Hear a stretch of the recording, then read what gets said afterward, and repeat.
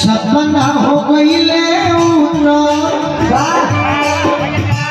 सपना हो गईले सौसे मिला बाबूजी के बिना सोना भइलबा नैया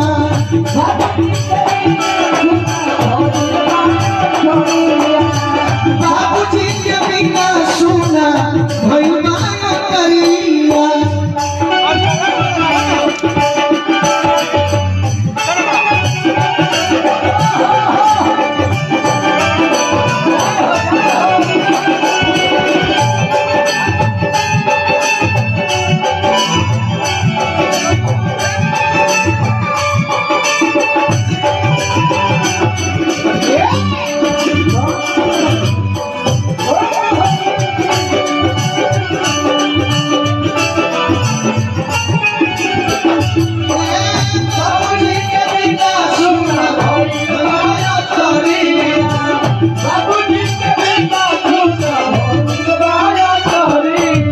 आशीर्वाद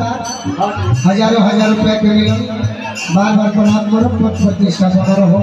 यह माई से प्रार्थना करो एक लाइन और यह परिवार के सुपुत्र लोग कहत होई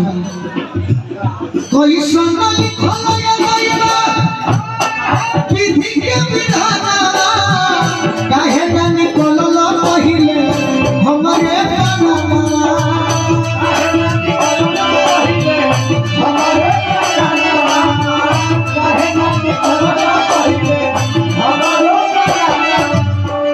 कोई सुन लिखल या विधि के विधाना काहे न निकलल पहिले हमरे गाना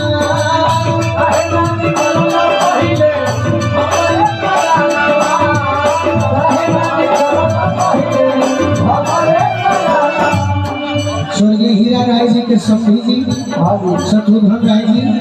रहीमपुर से आशीर्वाद देंगे सोचला दर्द होता सोचला दर्द होता सोचला दर्द होता दिल के भीतरिया बाबूजी के बिना सोना भइलबा नैया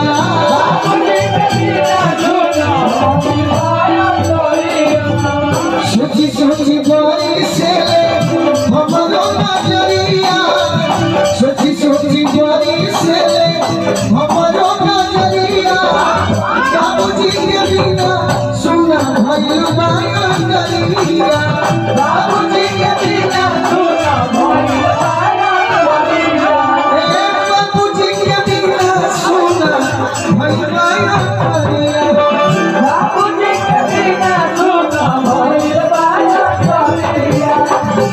मंगल राय जी के भतीजा रही, मुखिया जी के भतीजा रही। भैया कैसे बात मिला सोची सोची बोरी से,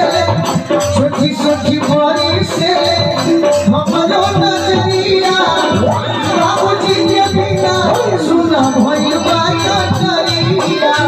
बाबूजी के बिना सुना भइल बाया तरिया, बाबूजी के बिना सुना भइल बाया